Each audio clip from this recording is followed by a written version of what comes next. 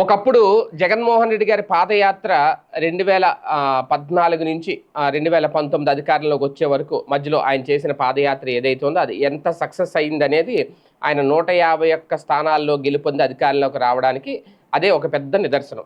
Okay. ఇప్పుడు మళ్ళీ 2027లో పాదయాత్రకు సిద్ధమవుతున్నారట జగన్మోహన్ రెడ్డి గారు.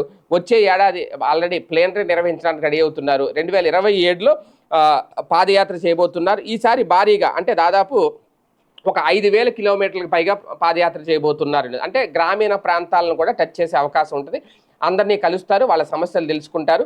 ఈసారి అధికారంలోకి వస్తే తాను ఏం చేస్తాం అనేది కూడా అందులో ప్రకటించారు. వాస్తవానికి ఇంకా మధ్యలో ఏడాది సమయం ఉంది. ఇప్పుడు 2025 ఇది 2027లో ప్రారంభం అంటున్నారు.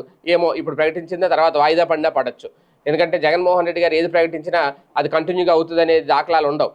ఎక్కువ వాయిదాలు పడతా ఉంటే కొన్ని క్యాన్సిల్ అయిపోతాయి కూడా. ఇప్పుడు అది కూడా జరుగుద్దో లేదో. కాకపోతే ఒక ప్రకటన అంటే ఈ లోపల పాదయాత్ర జరుగుద్ది, జగన్ రోడ్డు మీదకి వస్తారనే కార్యకర్తల్లో నాయకుల్లో ఒక జోష్ అయితే మొదలవుతుంది. ఆ జోష్ కోసం ప్రకటించారా, లేదా లాస్ట్ ఏడాది ఇంకా ఏం చేస్తాంలే ఖాళీగా ప్రజల్లో తిరుగుదాం అనుకున్నారు. ఏది ఏమైనా ఇదైతే మాత్రం వైసీపీ నాయకులకి కార్యకర్తలకి మంచి బూస్ట్ ఇచ్చే అంశమే.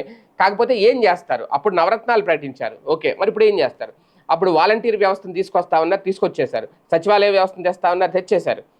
కానీ ఇప్పుడు కీలకమైన అంశం ఏంటంటే ఆ సచివాలయ వ్యవస్థ ఉంది కానీ వాలంటీర్ వ్యవస్థ లేదు. ఆ ఉన్న సచివాలయ వ్యవస్థ కూడా అప్పుడు ఈయన పెట్టినట్లేదు. మొత్తం అంతా వ్యవస్థలో మళ్ళీ చాలా మార్పులు ఇవన్నీ వచ్చేసినాయి. కొత్తగా మనమిత్ర అనే ఒక యాప్ వచ్చింది, వాట్సాప్ గవర్నెన్స్. ఇది సరిపోద్ది, ఇది అద్భుతం అంటారా? లేదు, మళ్ళీ అదే కావాలి, మాకు మాన్యువల్గా ఇంటికి మనిషి వచ్చే వాలంటీర్ వ్యవస్థే కావాలని జనం కోరుకుంటారు. కానీ మారుమూల పల్లెటూరులో మాత్రం ఎక్కువ అదే కోరుకుంటారు నాకు తెలిసి.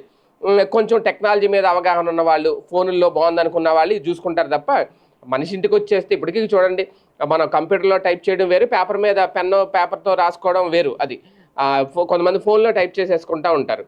ఇప్పుడు ఫోన్ వచ్చేసింది కదా, ఇందులో కూడా నోట్స్ వచ్చినాయి. కానీ పేపర్ మీద రాసుకొని ఆ పేపర్ పక్కన పెట్టుకుని చూసుకుని అది వేరు. ఇప్పటికీ చాలామంది దానికి అలవాటు పడిన వాళ్ళు అదే చేస్తారు, ఎంత ఫోన్లు వాడుతున్నా సరే. అలాగే ఇక్కడ కూడా ఎంత మనమిత్ర యాప్ వచ్చినా, వాట్సాప్ గవర్నెన్స్ వచ్చినా, ఏవచ్చినా సరే ఒక మనిషి ఇంటికి వచ్చి ఒక వాలంటీర్ లాంటి వాళ్ళు ప్రభుత్వ పథకాలు అందించి వీళ్ళ అర్హులో కాదో వీళ్ళని గుర్తించి ఇవన్నీ చేయడం అది వేరు. వాట్సాప్లో చేయడం వేరు, అది టెక్నికల్గా సాంకేతికంగా చేసేది.